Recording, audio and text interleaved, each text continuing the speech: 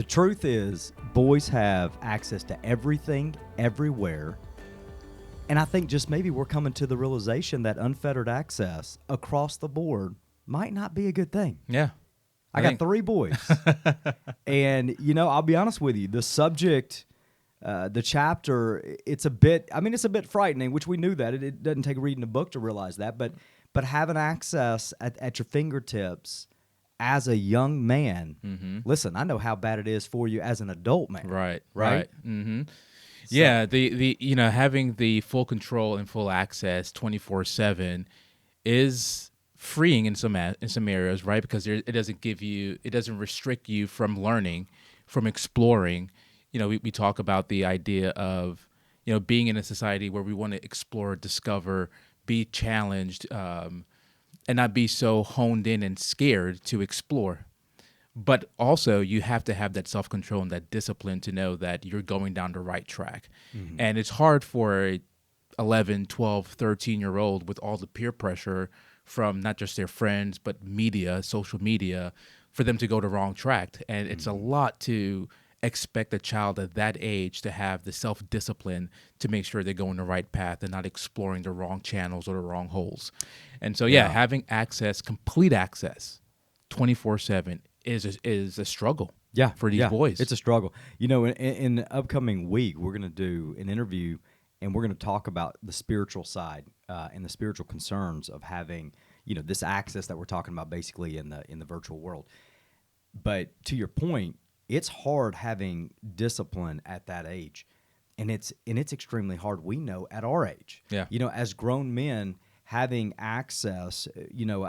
Just the first thing that comes to mind is the men's event that both you and I attended at our church. I was actually listening to the podcast from The Pursuit with James Griffin, and the recent podcast, I don't know if you noticed this week, was his message that he spoke on at the event. Mm-hmm. And he kind of jumps in there, and I don't want to get too far into it because we can share more about it next week. But he talks about how Paul, was just, he struggles with this, thorn in his flesh type of thing, right?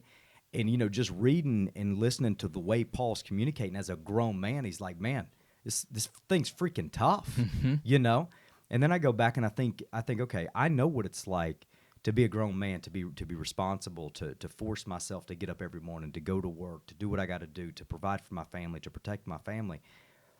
And I still struggle with the disciplines that are necessary for me to stay in the lane I need to stay in. Then I think for my boys, like if I was their age with the access that they have access to, and not to mention the parents that maybe don't filter what their kids have access to. Like it's like a lose-lose, man. That's crazy. Yeah. Yeah, and parents are struggling too, trying to find that right discipline or that the right balance between not overprotecting, not being too anxious about the world outside and thinking about, well, it's a safer world inside the house. It's a safer world in the phone because my child is good. They have this idea of that their child won't go that route, right? Because you've discipled them, you've raised them to be good boys or good girls, and it's somebody else's problem. Not that challenge doesn't happen in my house. But the reality is, it can. It can happen in your house, especially 100%.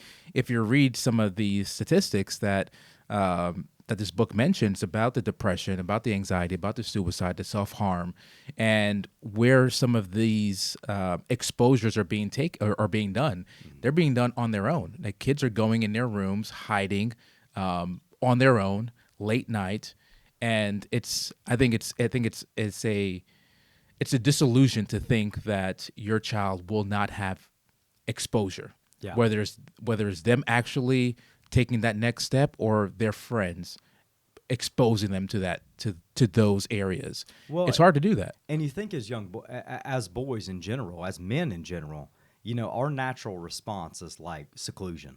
We run to privacy, we run to hide ultimately. And when things get tough, you kind of try to figure things out on your own.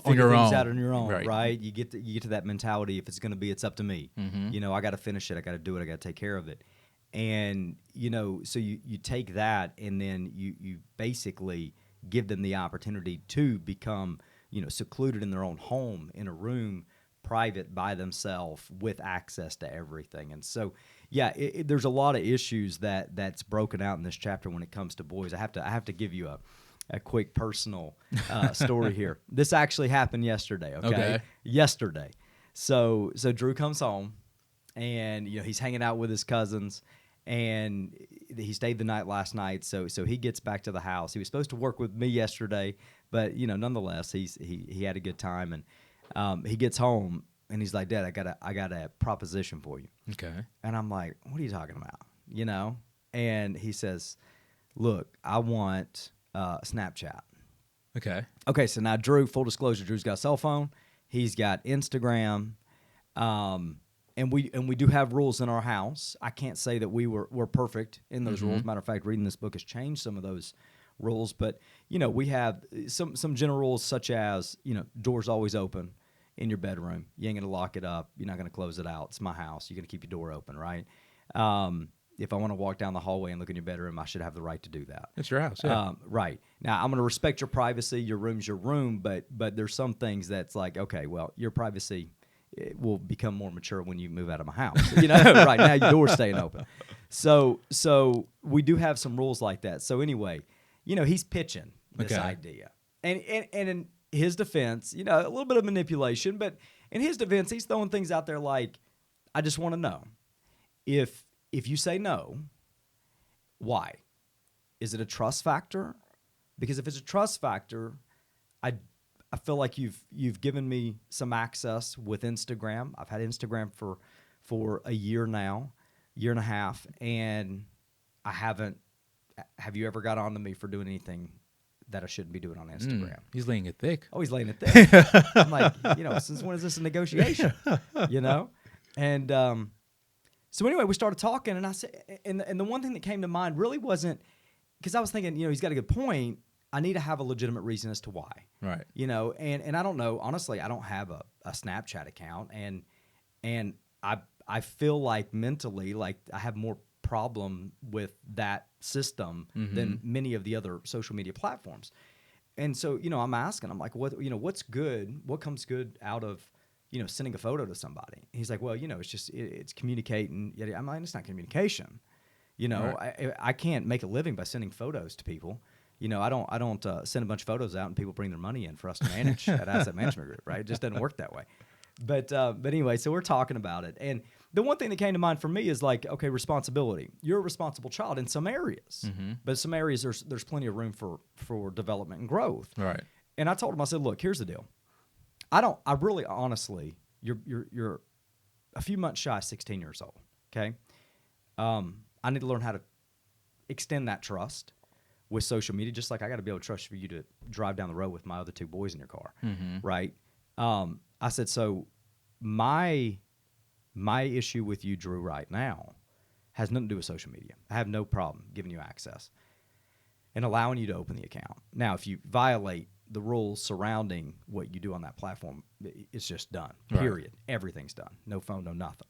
But my bigger issue with you that I want to see is you want to have access to this, and you want to do things to prove that you can manage this. But you come over here to things like a car that I'm about to give you that you still haven't taken care of, got cleaned up, got ready. You expect me to go spend a ton of money remodeling this car, and you ain't done nothing that I've asked you to do about the vehicle to get it ready. You're the last person to ever want to drive, to get training, to be prepared to drive. We went on a 6,000-mile road trip. Kid drove 100 miles. Part of that's my fault. So anyway, we just started talking. I thought, the truth is the key is responsibility and maturity.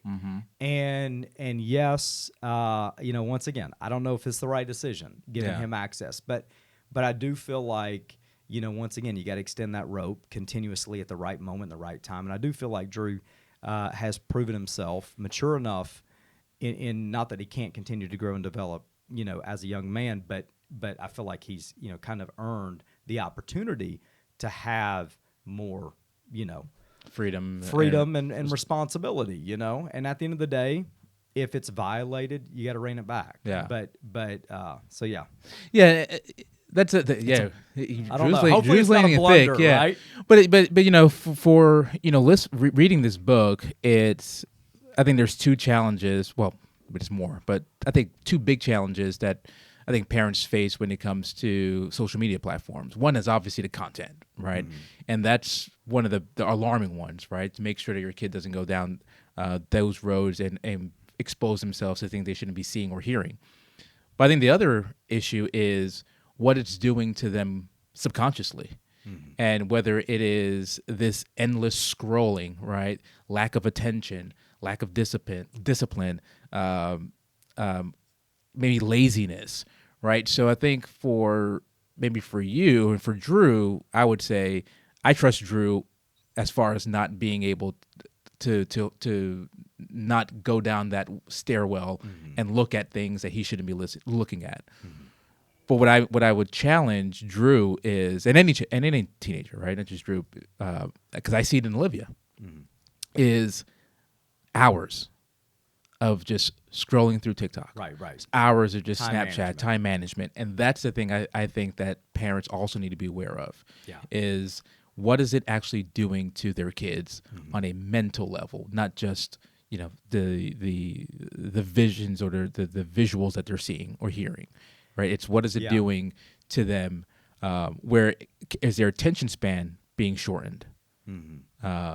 Are they able to concentrate, right? I mean, Drew's, you say he's turning 16. He's about to be a sophomore or junior? Yeah, going to sophomore year. Sophomore year, very pivotal year, right? And if he's, trying to study, is his mind in his books or is That's his right. mind thinking about the virtual world? That's right. Right? So I think that is something also that parents really need to talk to their kids about. Yeah. And actually, and kids will be honest if you have that relationship with them, but also as a parent, be very vigilant to watch and look and see if you're seeing that addiction, and then start to curtail it Yeah. as soon as you can. Well, and also when it comes to being a young man and a grown man having access to some of these platforms, we need to teach not only do we need to teach our kids, we need to do it ourselves, but we need to get in the habit of filtering and removing people that we're following that is creating a problem. Yeah. Whether it's visually or content that's just, contrary to the way that we believe. And we need to get in the habit of that. And let's just be honest. I would say, maybe I'm the only guy, but I feel like it's every guy out there. We know there's people, there might be some old high school friends. There might be some old relationships that, we like, having that friendship on social media because they occasionally post things that catch our attention, right? And at the end of the day, we know, like, they just shouldn't be there. Yeah. And so, and that goes for me, I'm assuming for many men. And we need to teach our kids that, hey, look, if you're going to have access to, and you will, right? As the older you get, you're going to be able to make your own decisions at some point.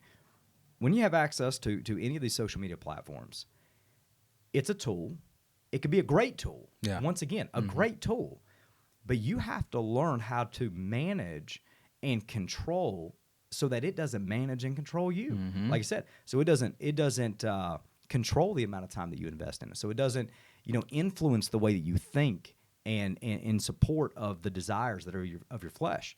We need to make sure that we teach our kids how to take ownership of having access and being responsible enough to filter out the things they don't need to be seeing and hearing. Yeah. I mean, your experience on social media, obviously you're fighting an algorithm, right? You're fighting a beast, multiple companies, multiple advertisers. I don't think it was in this chapter. I think it's in chapter 10 or 11, where he says it's a race to the end of your brainstem. Right, these companies are trying to get to that base where these little dopamine hits that they continue. Snapchat, for instance, was designed. What is one of their designs? I don't know if you know the platform, but there's this thing called Streaks, where it's the continuously sending out pictures or text, whatever. So like if you're on a 30-day streak, for instance, that means you've sent something, sending out photos. sending out photos or messages for See, 30 days, no, and it's I gotta go public, tell Drew no. and it's public. So it could be Why do people? Why you gotta send photos of yourself? it could be, I have no idea. That was my first comment. I'm like, Drew, you're really gonna take a bunch of selfies? Like, if I ever catch you taking a selfie, I'm gonna slap you across the face. Like, what do you mean you gonna walk around like this? If I see that, oh, But it's that streak, right? And then so like you get to a 30-day streak, for instance, and you're like, I don't want to send a picture out, but I don't want to break my streak. And so you just end up just sending out some random thing to keep that streak going. So and what's crazy is I don't know because I don't have it, but what you're saying, like, that's what the kids, that's what the generation is focused on, right. And yet we ain't talking about no streaks of waking up every day and working out, no streaks of waking up every day and reading the word, getting some scripture in, getting your foundation built right, setting for the day. Like, those streaks ain't posted nowhere. Yeah. And so these boys will eventually become men. And if we don't groom, if we don't develop these boys to be flourishing men, then society as a whole has a problem waiting for them, right? Because we all know that a society is really, the stronger the men are in the society, the stronger the society is. I mean, that's just point blank if you just look back in history, right? So we just need to be proactive and know that these boys that are 11, 12, 13-year-olds right now will be 25, 30, 40-year-old men. And the decisions and the life that they have in the future is going to be based off the decisions and the actions that they make today. That's exactly right. Right. Hence the whole concept of the show, Beyond Tomorrow, right? Yeah. The decisions that they make today is going to lead to the person that they are in the future. So I wanna detour just a little bit from virtual social media, virtual childhood, and go to education for a second. Yeah. Because part of this chapter, what it talks about, especially with young men, it makes a statement that young men they're failing to launch.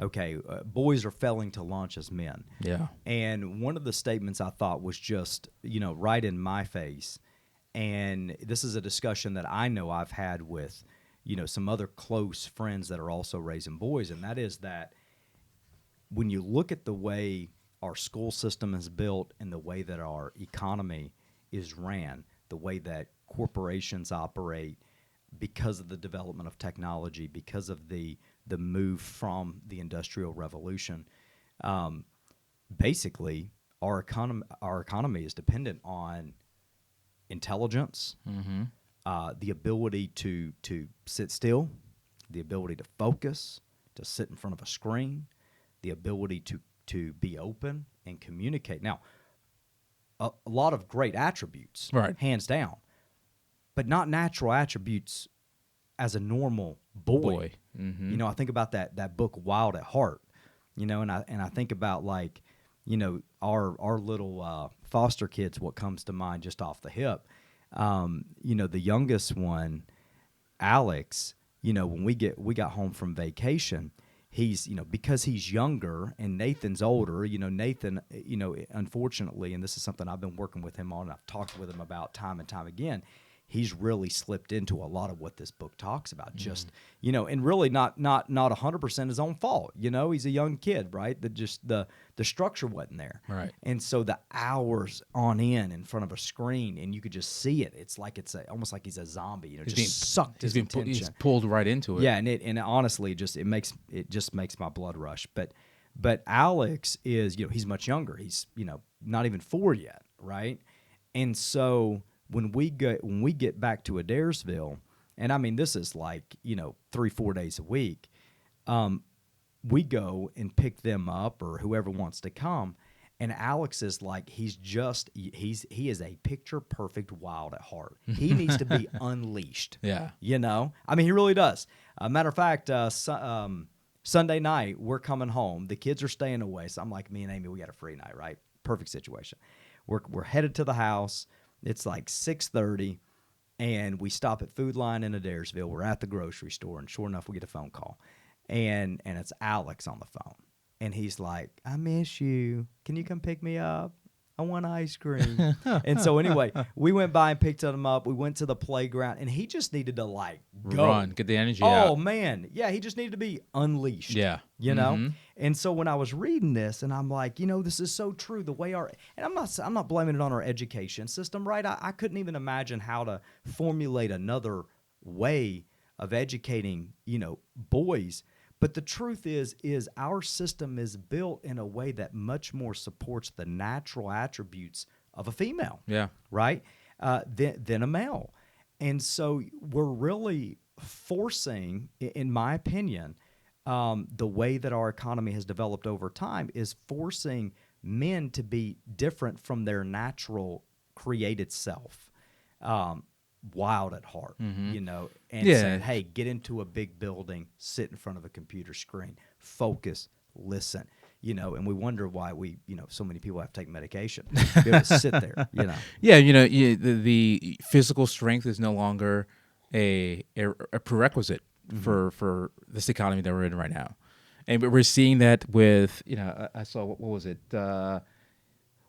By 2019, women earned 59% of bachelor's degrees, while men earned 41% of bachelor's Right. degrees. Right. By 2009, it's the first time women occupy around half of the nation's jobs.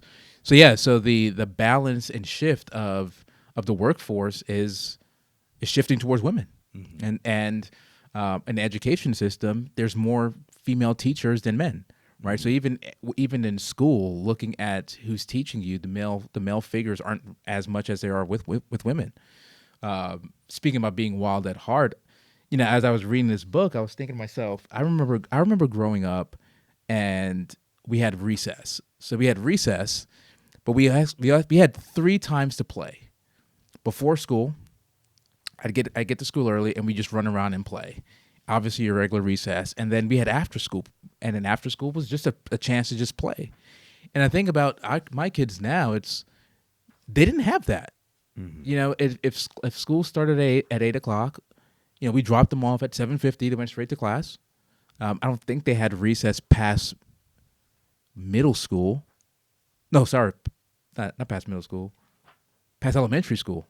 I don't think they had recess in middle school. And after school, like literally 2:15, You had, they're like, picking up on the bus. gym. Gym, no, I'm talking about recess. Yeah, no recess, no free play. Free play, like straight up No. free play to just get that energy out, which goes back to not just the economy, but like the school system, right? What has the school I forgot system about that because done? then, you're right. Then it goes back to, okay, gym, but it was all organized play. It was organized And play. this is what it talks about that. Yeah. Right? Not being able to play freely. Just freely. And having to deal with your own conflict as you're playing free. It's all, organized, controlled, structured, Yeah, so that comment that you made about sitting still, right? Being confined in a school, in a classroom, in a desk, that has changed now to what it's being confined to, and also now it's kids are being put a screen in front of them, right? Olivia doesn't have textbooks. Everything's done online. Right. Everything's done on her computer. It's granted there are a lot of advantages, obviously, with the technology that has advanced over these years, right? I mean, there's no denying that, but we have to be very intentional about what we're doing with our kids by putting them in front of screens. I mean, he talks about social media, but he also talks about video games. And I was a huge video game advocate as a kid. I mean, I played video games all the time. But I think the difference here is back then, if I wanted to play with someone, my friends came over and we played, side by side on the games, right? Now, you can play with 100 people because it's done all online. So that interaction, that personal interaction playing video games in 1985 is completely different than what it is in 2024. Yeah. Where, Grayson doesn't You have said friends. 85. 90. It's different than 95. They're different than 95, yeah. I mean, it's recent change. Yeah. So the video game aspect is pretty interesting, right? Because, he talks about some of the advantages of, developing your mind creatively with video games, but that gravitational pull into this virtual world is completely different than it was back then. It is.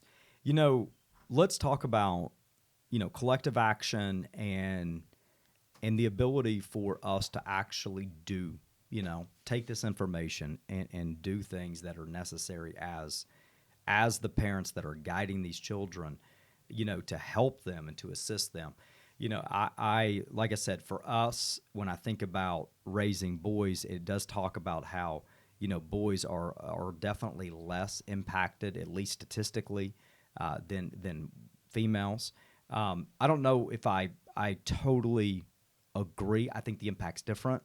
I think the challenge with, Maybe trying to quantify it is challenging. The concerns of, like, obviously sexual temptation, pornography, and I think that's a huge issue for boys that have full access to everything all the time.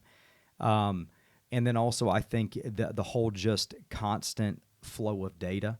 We all, and we mention it, we mimic these actions in front of our kids, and so it's not always their fault when they do the same thing.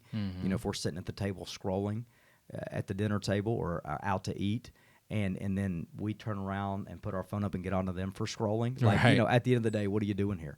But I think about, like, we live in a world where we constantly hear, even on commercials, that data is the new oil. Well, what does that mean? That means, your attention is just as equally important. Right. It's just as valuable. That's what's going to make you successful, is your ability to focus and to absorb endless amounts of data.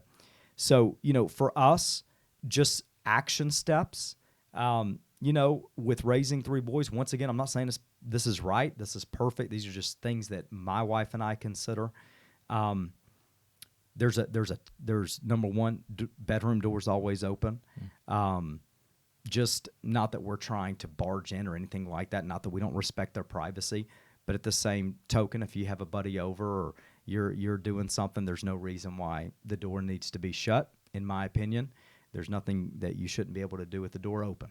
Okay, number one. Number two, there is a time in the evening where the phones do go up, and they go up in our bedroom. Once again, I can't say I enforce that perfectly, but that's the rule. It's steps, yeah. Okay, and so the discipline is during the summer there's a little bit more free time, but during school year there is a time because of concerns about sleep deprivation. And, actually, Drew and I talked about this Sunday morning. He was exhausted Sunday morning. I asked him, how late did you stay up? Once again, I didn't enforce it. He had his phone. And he even showed me his conversation, but he was up till midnight. We're serving at church Sunday morning. And I'm like, hey, well, what's more important, staying up late communicating with some buddies or getting some rest and being prepared to serve Sunday morning? And, in his defense, he showed me his conversation. He's like, we were having a spiritual conversation about faith and other things with me and a friend. And so, but still just the discipline. At the end of the day, it's a great conversation, but, you don't need to be sleep deprived. Right. You need to have the structure in place. And so, trying to make sure that your kids put their phones up, they put them in a safe place, which means it needs to go in the parent's bedroom or a neutral location in the house. Once again, I recommend buying a charging station that basically supports, charging any and all devices in one location. I think that's beautiful. Buy your kids an alarm. I mentioned that. They don't need the phone. So, I have an alarm at each of our, Isaac last night, he's sleeping in our bed, and Isaac said, Isaac's my nephew. He says, Uncle Andrew, what's that? And it's my alarm. I'm like, man, it is the worst thing that's ever been created in the world. It's like the worst thing ever. But, just common sense stuff. Make sure the phones are put up at a decent time so your kids can get some sleep. Make them turn the TV off. There is plenty of evidence that supports the lack of depth of sleep. That is not the right way of saying that, but the lack of deep sleep that someone gets when the TV is playing in the background while they're sleeping. Yeah. Their mind's still running. So, we just create that atmosphere that's controlled and organized within your own home so that when they go and create their own home, they can look back as adults and say, you know what? I'm actually glad. Better off by doing that. Yeah. I'm glad my parents showed me ways to become disciplined so that I now can show my children and the next generation. And I just those little things I think can go a far way. Yeah, in our house, we're giving Olivia structure, a little more structure. So, things to do throughout the day. Now she's 14 years old, right? So it's like taking on a little more responsibility, but also understanding our child, right? Olivia's very free spirited, great girl, great, but she is. You need to kind of like put some things in front of her, almost like a checklist. Yeah. Right. So here's what you're going to be doing today, and she excels at that. Mm-hmm. She's doing homeschooling this coming year, and so that's going to be done basically online. Yeah. Right. So discipline and organization is like key. It's so key, right? Mm-hmm. And so there will be days where it's on her to make sure she does her work. So no cell phone throughout her school time, right? Even though she's at home, don't act like you're at home. Like you're literally at school. You're learning. So the temptation of maybe going on Snapchat or Instagram or whatever it is during your school time, that's not going to happen, right? We're encouraging more sleepovers with her friends, right? More interaction, because we know that you're not going to get that daily interaction with your friends because you're not in school. So engaging, doing more things with your friends, either at their place or inviting them over. I mean, she's had 3 sleepovers in the last week or so. So we're taking those steps, but for us is also things that we're going to be doing, right? Things so when she looks at us, she knows that if she's talking to me, my phone is not in my hand. Right. Dinner at the table, there's no focused. Phone. We're focused, right? And very intentional about having those conversations and being present at the moment. Mm-hmm. And so I think there's a lot we can do as parents, as a community. We have some new neighbors that just moved in, and they have I saw the young boy outside, and he was just playing by himself, kicking the soccer ball. And I was like, we need to, as a neighborhood, be more present and more engaging with the kids in the community, right? Yeah. So they can feel like, all right, there are kids here that I can play with and hang out with, and not just be secluded inside the house. Yeah, you're absolutely right. Push them to get out and to meet people, and spend some quality time with your kids. Yeah. Talk to them about some of the struggles that they have. It's funny to me sometimes to find that people just. Sometimes parents, we just don't communicate with our kids. We're like, hey man, how's not just how you doing, not how was your, we'll ask them about their activities, how you doing in school, how'd you do in your game, what's your batting average, how'd you shoot today, that type of thing. But we're not asking them about like, hey, let's talk. How you doing on social media? Mm-hmm. How often are you exposed to things you're like, man, I shouldn't be seeing this. What's the struggle look like? And just creating this like culture that's open. Yeah. And I think, as parents, we got to foster that. Probably the reason why we oftentimes don't is because we don't want to be open with our own challenges. Mm-hmm. But nonetheless, we need to create and foster that type of communication with our kids. I think a good question to ask your kids is, what are you looking forward to today? Mm-hmm. Yeah. So they don't feel like one of the statements that I forget the percentage, but a lot of kids are saying that they feel like their life is purposeless. Oh, it's high. Yeah. I have no purpose in life. Or the amount of boys in one of the surveys that talked about their the confidence level about becoming successful men. Right. Incredibly, low. Mm-hmm. That there's just not much of an odd that I'm going to actually become successful as a man. Which problem is very few, unfortunately can even define what a true successful man looks like. Mm-hmm. And that's another issue. Yeah. Maybe we'll tap into that, when it comes to, the interview with the spirituality, and young children. But I think, what are you looking forward to today? It's great because if they've never even thought about it, it kind of rewires them to think about, well, my day isn't just an empty blank sheet. Mm-hmm. Maybe I should be looking forward to whatever it is, right? I mean, if it's, I'm looking forward to, hanging out with a friend, talking to whoever it is, right? It gives them some type of like action plan for the day. And then when you get back from work, say, hey, did you achieve whatever you were trying to strive for that day? Did you live well today? Did you live well today? Like, have those open conversations with your kids. Yeah. And I'll tell you what, I'll end with this because I think it's one good last final point when it comes to your children. And that is asking them, what's your priority and what's the cost, the opportunity cost of whatever's keeping you from doing what you want to do. Do you want to get better? What are you doing today? Well, I'd like to get better at, shooting some basketball, getting prepared for the season, going and playing around the golf or reading a book, or, I really need to make some steps forward in this AP class that I'm having to take to make sure I get on track because I feel like I'm behind. Okay, well, if that's what's necessary, these kids are smart. They know what they need to do. Yeah. They know. So if they know what they need to do, then they can better assess what's keeping them from being able to do it. And the opportunity cost of the consumption of scrolling through a screen is huge, in my opinion. Oh my gosh. It's yeah. huge. There are so many well-equipped young men and women that are truly brilliant kids that have a high ability to become super successful in all areas of life, but definitely in areas of like business and education and academia, and unfortunately they fail just because of the cost and the time invested in social media and social platforms. So I think too, like to your point, what's your goals for today, and then reassess at the end of the day. Did anything keep you from achieving those goals?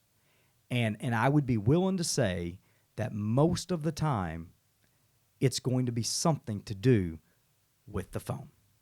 And if that's the case, as a parent, help them. That's them asking you, Right. help me. Yep. Help me. Put some rules and some guardrails in my life that will help assist. Show me how to create the discipline. Mm-hmm. Because once again, you can't do it on your own. You can't. Like, you ain't gonna win. Nope, you're not. You're not. As old James Griffin said when he opened up that last, he's like, man, you ain't gonna win. You can't fight it on your own. You can't. Right? You gotta have these boundaries in place, these guardrails in place to keep you on the right path. And we need to teach our kids how to do that. Yeah. So good questions. To your point, Mo, is going to bring out, what we need to know and what we need to do as parents. Man, you ready? That's a wrap. I'm ready. This book has really, really inspired me. Yeah. Pulse check on what we're doing in our household, and it's a continual process, but you can't do it on your own. It's a community.